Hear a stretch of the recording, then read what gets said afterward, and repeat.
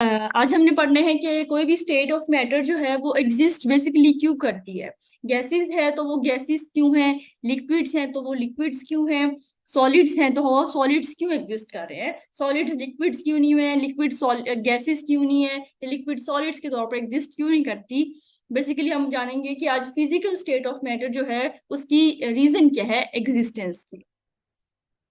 तो हमने आज जो पढ़ना है इसमें इसकी रीजंस पढ़नी है, why different states of matter exist. तो देखो पहले पहले मैंने आप लोगों को किया हुआ है, reason of different states of matter is due to the forces present in them. कि कोई भी physical state, solid, liquid, gas, whatever the state में बी, वो एग्जिस्ट करेगी उसमें फोर्सेस की वजह से। कि उसके दरमियान जो अट्रैक्टिव फोर्सेस हैं या बाइंडिंग फोर्सेस हैं किसी भी गैस, लिक्विड, सॉलिड में, वो फोर्सेस किस टाइप की हैं। तो जिस टाइप की उसमें फोर्सेस होंगी उस लिहाज से उसकी फिजिकल स्टेट एग्जिस्ट करेगी। तो बेसिकली नेचर में हमारे पास जो फोर्सेस एग्जिस्ट करती हैं वो दो टाइप की फोर्सेस एग्जिस्ट करती हैं। पहली टाइप की हमारे पास फोर्सेस आती हैं जो हम डिस्कस करते हैं ब्रॉडली, वो आती हैं इंटरमोलेकुलर फोर्सेस। और सेकंड टाइप जो हमारे पास फोर्सेस की आती है वो आती है इंट्रामोलेकुलर फोर्सेस। तो टू टाइप्स है हमारे पास, इंटरमोलेकुलर और इंट्रामोलेकुलर फोर्सेस। अब इंटरमोलेकुलर फोर्सेस वो फोर्सेस हैं जो कि बिटवीन द मॉलिक्यूल्स प्रेजेंट हैं, बिटवीन द मॉलिक्यूल्स। और इंट्रा हमारे पास है विद इन द मॉलिक्यूल। अब हम इसको एग्जांपल के साथ अगर समझें तो एग्जांपल मैं इसकी ऐसे दे सकती हूँ। फॉर एग्जांपल हमें कोई भी मॉलिक्यूल देख लेते हैं HCl का, बल्कि मैं इसको और मजीद बॉन्ड के साथ लिखूं तो हमें पता है इसके दरमियान कोवलेंट बॉन्ड एग्जिस्ट करता है। ये HCl है, ये H मेरे पास एक सोल्यूशन है जिसमें बहुत सारे मॉलिक्यूल पड़े हैं HCl के ऐसे लाइन में। ठीक हो गया। इस साइड पे एक सेकंड दो मुझे, मैं इसको इरेज कर दूं। हाँ जी। ये मेरे पास एक कंटेनर है जिसमें मैंने सोल्यूशन बनाया है HCl का, उसमें large number of HCl molecules present हैं। तो इंट्रामोलेकुलर फोर्सेस में कह रही हूँ विद इन द मॉलिक्यूल। ये एक मॉलिक्यूल है HCl का मेरे पास, इसके दरमियान ये जो फोर्स प्रेजेंट है इसको मैं कहूंगी with in the molecule present है। ये मेरे पास इंट्रामोलेकुलर फोर्सेस है, इंट्रा। अब ये दूसरा मॉलिक्यूल है, इसके दरमियान है, ये इंट्रा है, इस सेकेंड मॉलिक्यूल की इंट्रामोलेकुलर फोर्स है। ये थर्ड मॉलिक्यूल की इंट्रामोलेकुलर फोर्स है। ये मेरे पास इंट्रामोलेकुलर फोर्सेस है जो कि प्रेजेंट है विद इन द मॉलिक्यूल। उसके बाद अगर मैं इन्हीं के कंटेनर में ही बात करूं कि मेरे पास बहुत सारी HCl पड़े, इनकी इंट्रा मैंने बता दी, मैं कहूंगी इनके दरमियान इंटरमोलेकुलर फोर्सेस एग्जिस्ट करती हैं। तो बिल्कुल इनके दरमियान हमारे पास इंटरमोलेकुलर फोर्सेस भी एग्जिस्ट करेंगी, वो है बिटवीन द मॉलिक्यूल्स। तो एक मॉलिक्यूल और दूसरे मॉलिक्यूल के दरमियान जो फोर्सेस ऑफ अट्रैक्शन प्रेजेंट होगी उसको मैं कहूंगी मेरे पास ये इंटरमोलेकुलर फोर्सेस प्रेजेंट है। उसके बाद जी मेरे पास मैंने गलती की है यहाँ पे, ये आप लोगों ने इसको सही करो। इसको यहाँ पे आपने लिखना है, लिखा सही होगा, इसको यहाँ पे लिखना है इंटरमोलेकुलर, ये गलती है। अब देखो विद इन द मॉलिक्यूल्स वाली जो फोर्सेस है ना इंट्रा, ये जो होती है, मैं इसको जब आपको भेजूंगी एडिट कर दूंगी, अभी समझो इसको सही से कि इंट्रामोलेकुलर जो विद इन द मॉलिक्यूल्स वाली फोर्सेस है, ये मतलब जो इसकी जो रीजन है ये है कि ये अपने आप के इलेक्ट्रॉन की वजह से करता है, वैलेंस इलेक्ट्रॉन में इसका रोल होगा। अपने आप को स्टेबल करने के लिए, अपने ऑक्टेट को स्टेबल करने के लिए, अपने आप को अपनी एग्जिस्टेंस को स्टेबलाइज करने के लिए बेसिकली इंट्रामोलेकुलर फोर्सेस एग्जिस्ट करती हैं। अब उसकी डिफरेंट रीजन हो सकती है कि वो कंप्लीट ट्रांसफर की वजह से भी हो सकती है, वो शेयरिंग ऑफ इलेक्ट्रॉन की वजह से भी हो सकती है। उसकी टाइप्स अभी हम पढ़ेंगे कि इंट्रा की टाइप्स कौन सी है, इंटर की कौन सी। तो ये याद रखना है कि जो इंट्रा वाली हैं उनका ताल्लुक वैलेंस इलेक्ट्रॉन से होगा। वो ये इंट्रा होगी, इसका ताल्लुक भी वैलेंस इलेक्ट्रॉन से होगा, और ये अपने आप को स्टेबल करने के लिए मॉलिक्यूल इंट्रामोलेकुलर फोर्सेस बेसिकली उसके दरमियान ये एग्जिस्ट करती हैं। जबकि इंटरमोलेकुलर फोर्सेस का कुछ ताल्लुक नहीं होता वैलेंस इलेक्ट्रॉन के साथ, no relation with valence electron. आप लिख सकते हो कि इंटरमोलेकुलर फोर्सेस का कोई ताल्लुक नहीं है वैलेंस इलेक्ट्रॉन के साथ। ये इनकी नेचुरल टेंडेंसी है मॉलिक्यूल की, एक कंटेनर में बहुत सारे मॉलिक्यूल्स प्रेजेंट हैं तो इनमें नेचुरल टेंडेंसी के तहत फोर्स ऑफ अट्रैक्शन पाई जाती है, जिनको हम इंटरमोलेकुलर फोर्सेस कह देते हैं। इसका दूसरा नाम हम कह देते हैं वैन डर वाल्स फोर्सेस भी। इंटरमोलेकुलर और वैन डर वाल्स बड़ी क्लोजली रिलेटेड है, कि forces of attraction present between all types of molecules, कि जब भी मॉलिक्यूल्स करीब आएंगे वो उसके दरमियान जो अट्रैक्शन होगी उसको हम इंटरमोलेकुलर कह देते हैं, या वन डर वाल्स फोर्सेस, एक ही बात है, इनका कोई ताल्लुक नहीं है। वैलेंस इलेक्ट्रॉन, वैलेंस इलेक्ट्रॉन अगर पूरे भी हैं, ऑक्टेट कंप्लीट है, फिर भी दो मॉलिक्यूल्स के दरमियान अट्रैक्शन पाई जाएगी, उस फोर्सेस को हम कह रहे हैं इंटरमोलेकुलर फोर्सेस के बिटवीन मॉलिक्यूल्स। तो इसमें एक चीज और ये याद रखनी है आपने कि चलो उसकी टाइप्स कर दूं, फिर आप खुद ही बताओगे, बल्कि फिर मैं आपसे पूछूंगी, टाइप्स पढ़ाती हूँ उनकी कौन कौन सी हैं, फिर आप खुद बताओगे कौन सी स्ट्रॉन्ग होंगी कौन सी week.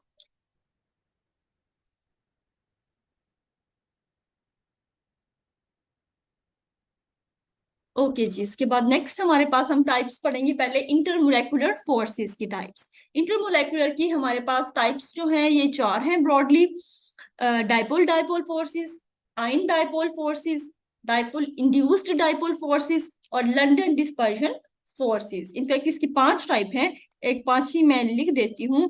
Hydrogen bonding is also an intramolecular forces, उसको हम डाइपोल डाइपोल में ले लेते होते हैं। हम अक्सर क्या देते हैं कि hydrogen bonding is an extended form of dipole dipole forces. अक्सर पूछ भी लेते हैं आपको कि डाइपोल डाइपोल की एक्सटेंडेड फॉर्म क्या है, तो आप कह सकते हो कि हाइड्रोजन बॉन्डिंग, इसको आप सेपरेट भी कह सकते हो कि पांचवी टाइप है, और डाइपोल डाइपोल की एक्सटेंशन क्या भी कह सकते हो। दोनों तरीके से अक्सर बुक्स में आपको इसकी एक्सटेंशन मिलेगी, अक्सर में ये बिल्कुल अलग से लिखा जाएगा इसका। तो ये हमारे पास है इंटरमोलेकुलर फोर्सेस, ये आप लिख लो अपने नोट्स में अलग से, हाइड्रोजन बॉन्डिंग।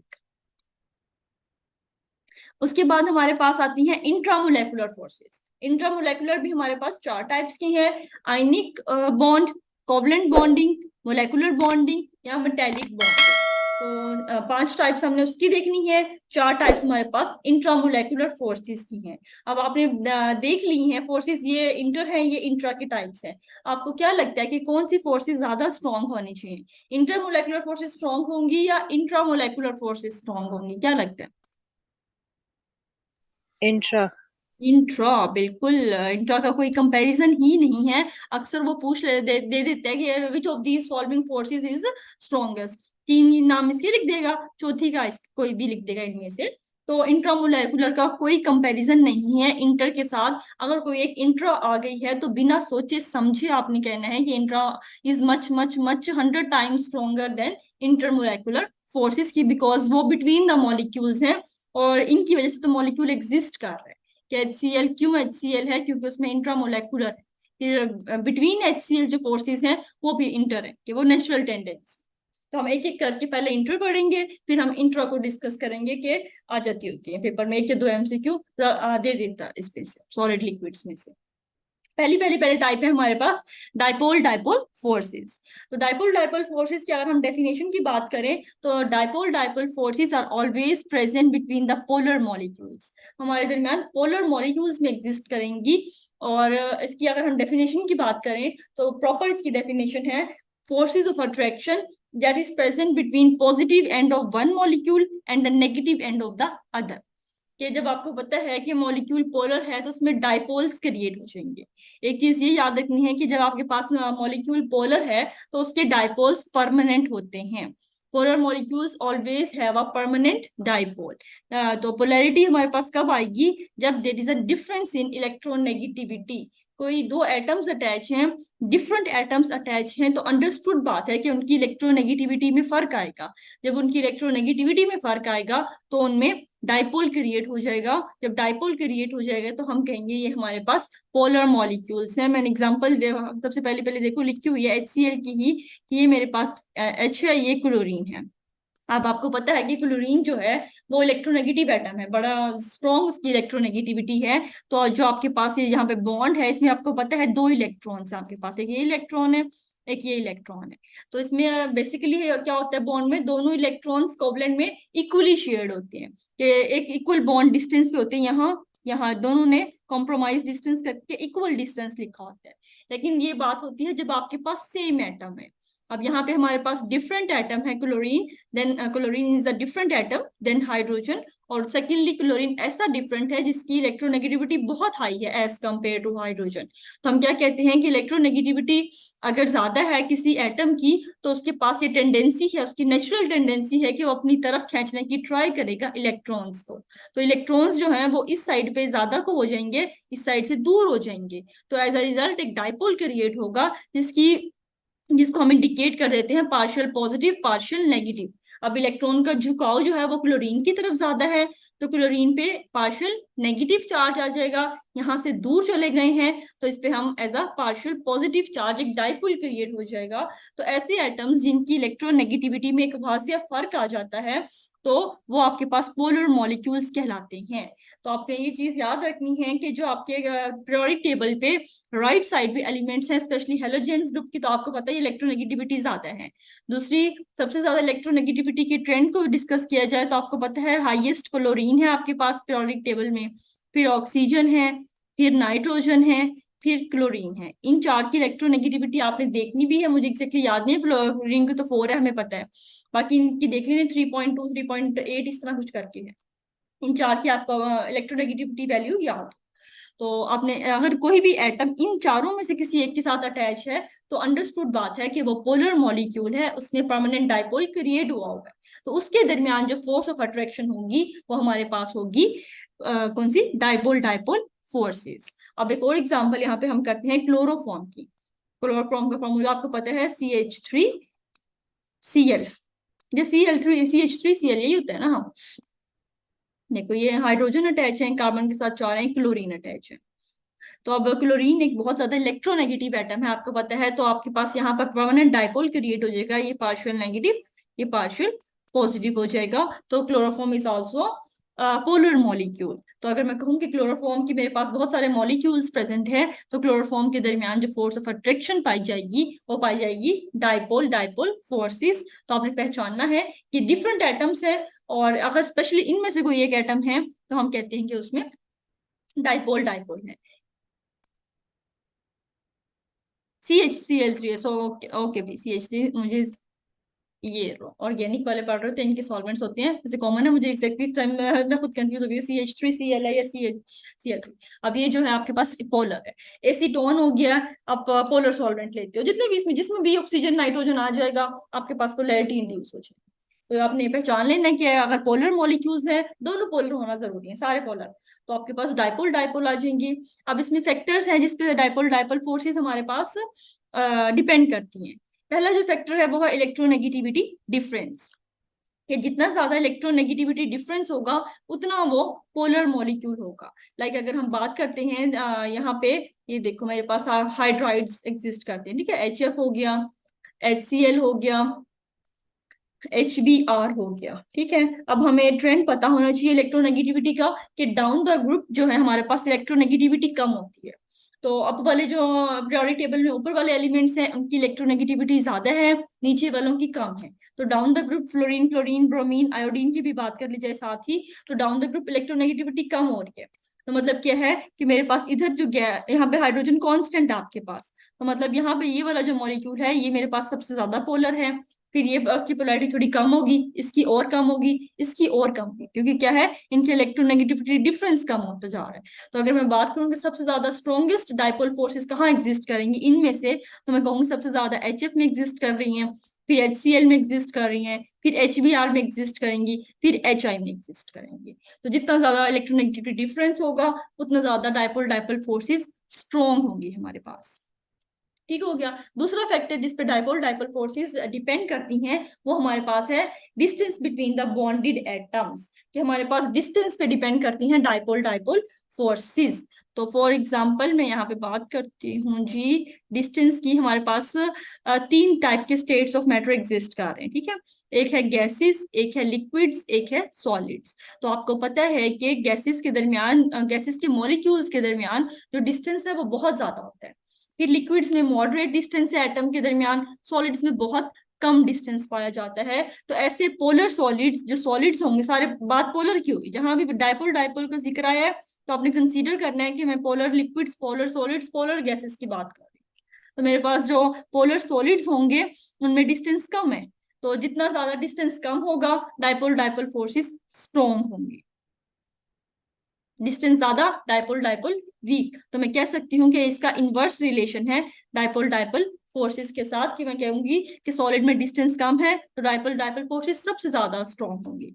फिर उसके बाद लिक्विड में डिस्टेंस जो होता है एटम्स के दरमियान या उनके एटम मॉलिक्यूल्स के दरमियान वो जरा कम होता है, तो इसमें जो डाइपोल डाइपोल फोर्सेस होंगी वो मॉडरेट लेवल की ही होंगी। फिर गैसेस में सबसे ज्यादा डिफरेंस पाया जाता है उसके एटम्स के दरमियान, एक मॉलिक्यूल दूसरे से 300 डायमीटर अपार्ट होता है, आपने पढ़ रखा है। तो जब बहुत ज्यादा डिस्टेंस है तो उसमें डाइपोल डाइपोल फोर्सेस वीक होती जाएंगी। तो अगर मैं states of matter, polar states of matters की बात करूं तो सबसे ज्यादा स्ट्रॉन्गेस्ट फोर्सेस सॉलिड्स में होंगी, फिर पोलर लिक्विड्स में सबसे वीक पोलर गैसेस में, because dipole dipole is inversely proportional to the distance between bonded atoms. तो ये आपके पास हो गया जी डाइपोल डाइपोल फोर्स, पहली फोर्स। उसके बाद एक चीज और, जितनी भी हमारे पास इंटरमोलेकुलर फोर्सेस हैं, जितनी ज्यादा अब ये स्ट्रॉन्ग होती जाएंगी उतने ज्यादा आपके पास मेल्टिंग पॉइंट, बॉइलिंग पॉइंट, जितने भी थर्मोडायनेमिक पैरामीटर्स हैं आपके पास वो बढ़ते जाएंगे।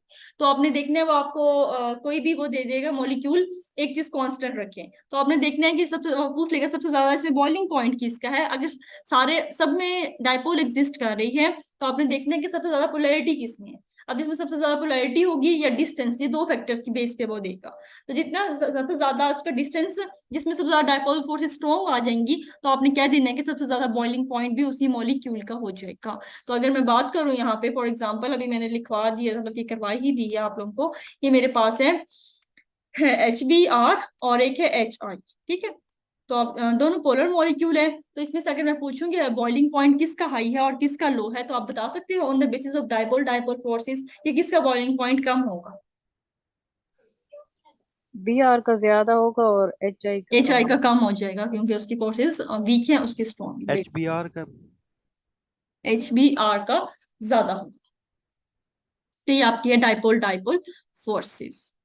उसके बाद हमारे पास सेकंड टाइप्स ऑफ फोर्सेस आ जाती हैं जी, डाइपोल इंड्यूस्ड डाइपोल फोर्सेस, जिनका दूसरा नाम हम कहते हैं डिबाई फोर्सेस भी है। Second type of intermolecular forces is dipole induced dipole forces, कि ये एग्जिस्ट करती हैं between a polar and a non polar molecule. क्या आपके पास एक पोलर मॉलिक्यूल होगा, एक नॉन पोलर मॉलिक्यूल होगा, इसके दरमियान जो फोर्स ऑफ अट्रैक्शन पाई जाएगी वो आपके पास पाई जाएगी डिबाई या डाइपोल इंड्यूस्ड डाइपोल फोर्सेस। कि एक आपके पास परमानेंट डाइपोल है, कि पोलर मॉलिक्यूल, अभी मैंने बताया कि जो आपके पास जो पोलर है उनके डाइपोल्स परमानेंट होते हैं, तो आपके पास एक परमानेंट डाइपोल होगा आप कह सकते हो, और एक टेम्परेरी इंड्यूस्ड वाला होगा।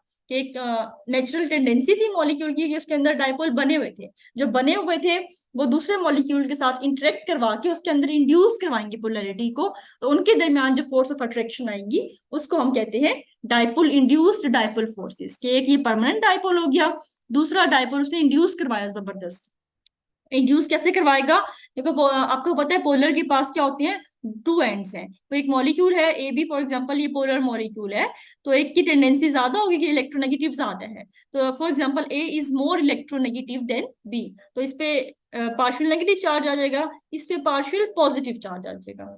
तो अट्रैक्शन कैसे डेवलप होगी कि इसका जो पॉजिटिव चार्ज है वो अट्रैक्ट करेगा साथ वाले के इलेक्ट्रॉन्स को, कि ये मेरे पास नॉन पोलर है, उसमें अब डाइपोल तो नहीं है, कोई भी मॉलिक्यूल नॉन पोलर है, लेकिन कोई थर्ड मॉलिक्यूल है तो उसमें इलेक्ट्रॉन है, तो क्या होंगे इसका जो पॉजिटिव चार्ज है वो उसके इलेक्ट्रॉन के नेगेटिव के साथ इंट्रैक्शन शो करेगा। जब ये इंट्रैक्शन शो करेगा तो इसमें पोलैरिटी इंड्यूस्ड हो जाएगी, और इसमें पोलैरिटी इंड्यूस्ड हो जाएगी तो इसमें टेम्परेरी डाइपोल बनेंगे, परमानेंट नहीं, टेम्परेरी बनेंगे, और टेम्परेरी और परमानेंट के दरमियान अट्रैक्शन होगी जिसको हम कह रहे हैं डाइपोल इंड्यूस्ड डाइपोल फोर्स। वो आपसे मैकेनिज्म नहीं पूछता, वो आपको मॉलिक्यूल देता है और पूछता है इसमें किस टाइप की डाइपोल इंड्यूस किस टाइप की फोर्सेस प्रेजेंट है। तो आपने देखना है एक पोलर और एक नॉन पोलर प्रेजेंट है, तो इसमें डाइपोल इंड्यूस डाइपोल फोर्सेस हैं। एग्जांपल की बात की जाए तो मेरे पास फॉर एग्जांपल मैं कहती हूँ एक मॉलिक्यूल HCl का है, एक हमारे पास कंटेनर है जिसमें HCl पड़ा है, और साथ में कहती हूँ मैंने एक गैस इंड्यूस्ड करवा दी है F2, ठीक है, F2। अब आपको पता है कि ये आपके पास क्या है, नॉन पोलर गैस है और ये एक पोलर मॉलिक्यूल है। अब इनके दरमियान जो फोर्स ऑफ अट्रैक्शन आएगी वो डाइपोल इंड्यूस्ड डाइपोल फोर्सेस आएगी, बिकॉज F इलेक्ट्रोनेगेटिव है, लेकिन देखो इलेक्ट्रोनेगेटिव एक ही टाइप के हैं, अब इनमें इलेक्ट्रोनेगेटिव डिफरेंस नहीं पाया जाता। तो जितनी भी आपके पास हैलोजन है वो डायटॉमिक गैसेस की फॉर्म में एग्जिस्ट करती हैं, F2Cl2 Br2 I2। तो जितनी भी है डायटॉमिक फॉर्म में एग्जिस्ट कर रही हैं, तो ये नॉन पोलर है हैलोजन ग्रुप आपके पास। तो अगर F2 किसी कंटेनर में F2 गैस आपने डलवा दी है HCl के साथ, तो इनके दरमियान जो फोर्स ऑफ अट्रैक्शन है वो डाइपोल इंड्यूस्ड डाइपोल फोर्सेस है, या डी बाय फोर्सेस भी पूछ सकता है वो आपसे। तो एक पोलर और एक नॉन पोलर पहचान है अपने। अगर मैं बात करूं, देखो ये देखो एक और तरीके से इसको कर सकते हैं, HCl और मीथेन, इसके दरमियान फोर्स ऑफ अट्रैक्शन हमारे पास क्या होगी? इसके दरमियान भी हमारे पास फोर्स ऑफ अट्रैक्शन यही डाइपोल इंड्यूस डाइपोल फोर्सेस होगी। आपने यहाँ पे हम दो कंडीशंस कर लेते हैं कि हमारे पास नॉन पोलर होने की दो कंडीशन है। नॉन पोलर होने की दो कंडीशन, एक तो यही है कि हमारे पास same type of atoms present हो, लाइक हमें बात कर रही थी अभी, ये H2 हो गया, Cl2 हो गया, कि इनमें इलेक्ट्रोनेगेटिविटी डिफरेंस ही नहीं है। तो जब इलेक्ट्रोनेगेटिविटी डिफरेंस नहीं है तो हमारे पास नॉन पोलर हो गया मॉलिक्यूल, क्योंकि जो एक H की इलेक्ट्रोनेगेटिविटी वैल्यू है, दूसरे H की भी इलेक्ट्रोनेगेटिविटी वैल्यू वही है, तो डिफरेंस इनमें जीरो आ जाएगा, तो ये नॉन पोलर हो गया। दूसरी कंडीशन ये है कि आपके पास मॉलिक्यूल में सिमिट्री आ जाए, एटम्स डिफरेंट हो लेकिन सिमिट्री आ जाए, तो वो मॉलिक्यूल भी आपके पास नॉन पोलर बन जाते हैं, लाइक मीथेन। मीथेन में 4 एटम प्रेजेंट है, आपको पता है हाइड्रोजन के चारों सिमेट्रिकली टेट्राहेड्रल प्रेजेंट है। इसका जो डाइपोल मोमेंट है वो इसको कैंसिल कर देते हैं, ऊपर वाले का है जो वो नीचे वाले को कैंसिल कर देते हैं। तो मीथेन जब आपके पास मॉलिक्यूल में सिमेट्री आ जाएगी, तो वो मॉलिक्यूल आपके पास बेशक डिफरेंट एटम्स अटैच है, तो आपके पास नॉन पोलर बन जाएगा। तो आपने देखने हैं कि आपके पास जो दो मॉलिक्यूल्स दिए हुए हैं वो नॉन पोलर हैं कि नहीं। तो उसकी दो ही कंडीशन है, या तो सेम एटम्स प्रेजेंट होंगे या मॉलिक्यूल में सिमेट्री आई। तो जब और सिमेट्री कब आती है? मैम मीथेन टेट्राहेड्रल में आएगा या सिमेट्रिकल? उसको टेट्राहेड्रल काउंट भी है, करते हैं टेट्राहेड्रल? टेट्राहेड्रल सिमेट्रिकल भी आता है, दोनों दोनों टेट्राहेड्रल भी है और टेट्राहेड्रल सिमेट्रिकल। अब ये चीज याद रखनी है कि नॉन पोलर कब बनेगा? जितनी भी आपके पास परफेक्ट ज्योमेट्रीज बनेंगी। अब टेट्राहेड्रल हम अभी पढ़ेंगे वेस्पर, अगले हमारे मॉड्यूल्स में आएगा, केमिकल बॉन्डिंग में हमने वेस्पर में पढ़ा हुआ है, थोड़ा बहुत आपको पता तो है ही कि हमारे पास परफेक्ट ज्योमेट्री बनती है टेट्राहेड्रल। जो जब तुम्हारे पास 4 एटम होते हैं, जब इसकी डिस्टॉर्टेड शेप बनती है तो वो पायरामिडल बन जाती है, ट्रायंगुलर पायरामिडल। और उसके बाद और दो लोन पेयर तो हमारे पास बेंट ज्योमेट्री बनती है। तो ये जो आपके पास डिस्टॉर्टेड ज्योमेट्रीज होती हैं ये आपके पास सिमेट्रिकल नहीं होती। जो विदाउट लोन पेयर ज्योमेट्री होती है वो हमेशा सिमेट्रिकल होती है। तो पहली पहली टेट्राहेड्रल बनी थी, वहां से ट्रायंगुलर प्लेनर बनी है, वहां से ऑक्टाहेड्रल बनी है। जो भी आपके पास सिमेट्रिकल ज्योमेट्रीज बनेंगी वो आपके पास नॉन पोलर मॉलिक्यूल की होंगी। तो टेट्राहेड्रल अगर परफेक्ट टेट्राहेड्रल है, वो सिमेट्रिकल मॉलिक्यूल है, उसकी आपके पास डाइपोल जीरो है।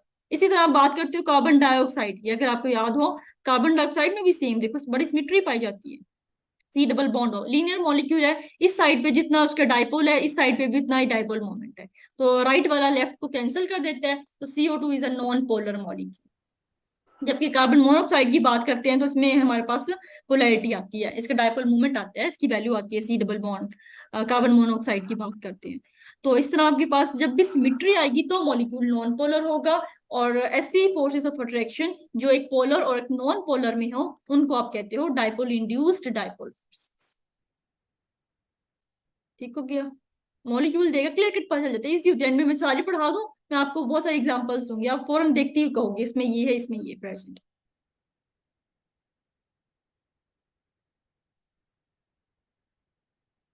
CO2 में देखो CO2 और एक पोलर लिया हूं कोई, तो उसके दरमियान इंड्यूस आएंगे। खाली CO2 में नहीं, खाली CO2 नॉन पोलर है, अभी वो लंडन डिस्पर्जन आ जाएंगे खाली CO2 की बात करूंगी तो। लेकिन CO2 के साथ कोई पोलर मॉलिक्यूल है, HCl एंड CO2 में कौन सी एग्जिस्ट कर रही है, तो फिर आपके पास डी बाय फोर्सेस आएंगे। CO2 के साथ कोई पोलर होना जरूरी है। कैसे कैसे देखो मैं कह देती हूँ, वो पूछ लेता है कि मेरे पास forces of attraction between HCl3 plus CO2। वो कहता है कि मेरे पास force of attraction between chloroform and Cl2, इस तरह MCQs आते हैं हमको कि एक में मेरे पास मॉलिक्यूल क्लोरोफॉर्म का है, एक CO2 का है, तो इसके दरमियान कौन सी फोर्स ऑफ अट्रैक्शन होगी? वो आपको दे देगा डाइपोल डाइपोल। अभी हम दो ही पढ़ी है तो डाइपोल इंड्यूस डाइपोल, आपके पास दो ही ऑप्शन। अब देखो दोनों पोलर होते तो आपके पास बन जाती डाइपोल डाइपोल, कि एक का पॉजिटिव दूसरे को अट्रैक्ट करता दूसरे के नेगेटिव को। अब यहाँ भी आपको पता है ये आपके पास पोलर मॉलिक्यूल है, CO2 is a non polar molecule, तो इनके दरमियान जो फोर्स ऑफ अट्रैक्शन पॉसिबल है वो डाइपोल इंड्यूस्ड डाइपोल फोर्सेस इस तरह आते हैं।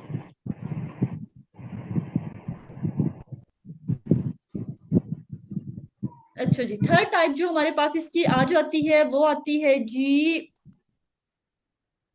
Sorry, ion dipole forces. ये आयन डाइपोल फोर्सेस का हमारे पास टाइप है इंटरमोलेकुलर की, थर्ड टाइप हम इसको कंसीडर करते हैं। और इसकी डेफिनेशन क्या है जी, electrostatic attraction between an ion and a neutral molecule that has a dipole. कि मतलब एक आयन और एक पोलर मॉलिक्यूल के दरमियान जो फोर्स ऑफ अट्रैक्शन पाई जाएगी वो कहलाएगी आयन डाइपोल फोर्सेस। अब एग्जांपल की बात की जाए तो फॉर एग्जांपल मेरे पास सोडियम आयन है Na पॉजिटिव, ये बहुत सबसे इजी फोर्स ही है कि आपको पता होता है आयन्स कहाँ एग्जिस्ट करते हैं। अगर मैं कहती हूँ, इसकी एग्जांपल मोस्टली होती भी है कि सॉल्ट्स को अगर आप डिजोल्व करो पानी में तो उनके दरमियान जो फोर्स ऑफ अट्रैक्शन पाई जाती है वो आयन डाइपोल फोर्सेस है। तो मैं कहती हूँ Na पॉजिटिव और वाटर है मेरे पास, Na पॉजिटिव को अगर मैं वाटर में डिजोल्व करूँ तो मेरे पास यहाँ पे कौन सी फोर्स ऑफ अट्रैक्शन पाई जाएगी, आयन डाइपोल। सोडियम मेरे पास आयन की फॉर्म में एग्जिस्ट कर रहा है, और उसके बाद क्या है, न्यूट्रल मॉलिक्यूल हैज डाइपोल। पता है आपको, और वाटर जो है आपका न्यूट्रल मॉलिक्यूल है लेकिन परमानेंट डाइपोल्स है इसके दरमियान। आप कह सकते हो पोलर मॉलिक्यूल, इसको आसान लफ्ज में आप कह सकते हो कि force of attraction between an ion and a polar molecule.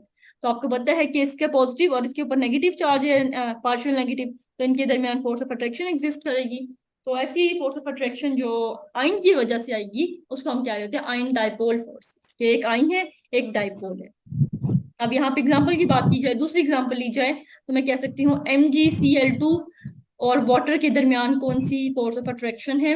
तो आपको पता है कि H2 और न्यूट्रल मॉलिक्यूल है, बिल्कुल H2 के ऊपर कोई चार्ज है, कोई चार्ज नहीं, अमोनिया हो गया, वाटर हो गया, जब तक कोई चार्ज ही नहीं किसी इसके ऊपर हम उसको कहते हैं वो न्यूट्रल मॉलिक्यूल है, बैलेंस है चार्ज यहाँ पे। देखो ये H है, ये ऑक्सीजन है, ये हाइड्रोजन है, पता है आपको, इस पे -2 है, ये +1 है, ये +1 है, फॉर्मल चार्जेस दोनों बैलेंस है सबके, तो न्यूट्रल मॉलिक्यूल आ जाते हैं। फॉर्मल चार्जेस का फॉर्मूला मैं आपको अभी at the end of lecture बता दूंगी। अगर आप कंफ्यूज हो कि ये मॉलिक्यूल न्यूट्रल है कि नहीं है तो आप फॉर्मल चार्ज निकाल सकते हो, इस एटम का, इस एटम का, इस एटम का, हर एक का। अगर फॉर्मल चार्ज काउंटर बैलेंस हो जाएंगे, -2 देखो, +1 तो न्यूट्रल हो गया। अगर यहाँ पे कुछ और बन रहा होता तो फिर ये नहीं होता। अब इसके फिर नेगेटिव ऑक्सीजन पे कैसे आए। देखो परमानेंट डाइपोल्स तो है ना, चार्ज बैलेंस है, न्यूट्रल मॉलिक्यूल है, लेकिन चार्ज बैलेंस इस तरह है कि इसके पास ज्यादा टेंडेंसी है इलेक्ट्रॉन को खींचने की। तो इसके पास इलेक्ट्रॉन को खींचने की ज्यादा टेंडेंसी, इलेक्ट्रॉन यहाँ पे है बराबर, चार्ज बैलेंस है, लेकिन इधर जो दो बॉन्ड्स में इलेक्ट्रॉन प्रेजेंट है ना वो थोड़े से ऑक्सीजन की तरफ ज्यादा आया हुआ है, जिसकी वजह से पार्शियल नेगेटिव पार्शियल पॉजिटिव आया हुआ है। ओवरऑल चार्ज -2 +1 ही है, लेकिन ड्यू टू इलेक्ट्रोनेगेटिविटी वैल्यू की वजह से जो इलेक्ट्रॉन्स है उनका झुकाव थोड़ा ज्यादा है ऑक्सीजन की तरफ, जिसकी वजह से पार्शियल पॉजिटिव पार्शियल नेगेटिव आ गया। तो ये जो सोडियम पॉजिटिव है, जिसकी अट्रैक्शन होगी ना वो पार्शियल नेगेटिव की तरफ होगी, ना कि इस -2 की तरफ। ये है, इस वजह से वो जा रहा है कि इलेक्ट्रोनेगेटिविटी डिफरेंस आ गया पोलर मॉलिक्यूल में। तो अब एग्जाम्पल की बात करते हैं हम, सेकंड एग्जाम्पल की आपको उसने एग्जाम्पल देगा मैग्नीशियम क्लोराइड की। मैग्नीशियम क्लोराइड और वाटर के दरमियान फोर्स ऑफ अट्रैक्शन, तो आपको देखो ये देखते ही पता चल जाना चाहिए सॉल्ट है, सॉल्ट हमेशा आइंस की फॉर्म में है, तो इसको पानी में डिजोल्व करोगे तो आपके पास बन रहा होता है मैग्नीशियम 2 पॉजिटिव, 2 क्लोरीन प्रेजेंट हो जाएंगे 2Cl नेगेटिव की फॉर्म में। अब इनकी अट्रैक्शन जो है पानी के साथ हो जाएगी। ये जो है देखो क्लोरीन जो है वो H पॉजिटिव के साथ अट्रैक्ट कर रहा होगा, पानी यहाँ भी पड़ा है, बहुत सारे मॉलिक्यूल होंगे पानी के, ये H है यहाँ फॉर एग्जाम्पल, ठीक है। हमारे पास तो Mg2 पॉजिटिव है, ये पार्शियल नेगेटिव की तरफ अट्रैक्शन शो करेगा, ये जो है ये पार्शियल पॉजिटिव की तरफ, अट्रैक्शन दोनों की होगी, अलग अलग ये हो जाएंगे, जब पानी में डालते हैं आइंस बन जाएंगे, तो आइंस एक नेगेटिव के साथ जाएगा और नेगेटिव वाला पॉजिटिव के साथ जाएगा, तो इनके दरमियान ये जो फोर्स ऑफ अट्रैक्शन है आइंस के दरमियान, इसको हम कह रहे हैं आयन डाइपोल फोर्सेस। ठीक हो गया। अब आइंस पहचान लेना, आइंस पता है आपको, जब भी आयनिक सॉलिड बनेगा आपके पास हमेशा आइंस तभी आएंगे, कोवलेंट में नहीं बन रहे होते आइंस, आइंस जब भी बनेंगे जब आयनिक बॉन्ड बनेगा। अभी हम पढ़ेंगे इंट्रो को तो आपको क्लियर कट हो जाएगा मजीद कि आयनिक बॉन्ड किस किस के दरमियान बनता है। अच्छा जी, हमारे पास फोर्थ टाइप प्रेजेंट है लंदन डिस्पर्शन फोर्सेस की। लंदन आंसर डिस्पर्शन में घात कीजिए वस्तुवांश जी, कम क्या कह रहे हो? ये मेरे पास टीचर बोल रही है, इसको म्यूट कर दे एक सेकंड।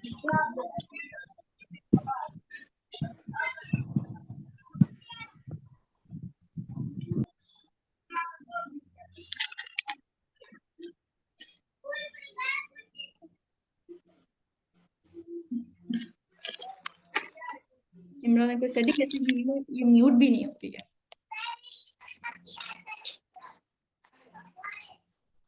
ऐसा ही है बिल्कुल दोनों, आर्यन म्यूट भी नहीं हो रहा है। दो का था, एक को तो मैंने म्यूट कर दिया है। इमरान काइंडली आप अपने आप को म्यूट कर लो।